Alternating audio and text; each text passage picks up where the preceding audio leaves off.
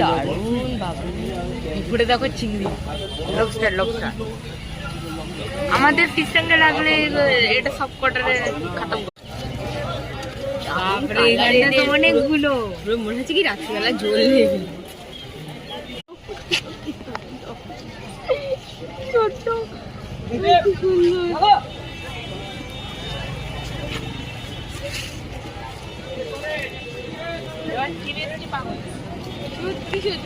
কি বাবা,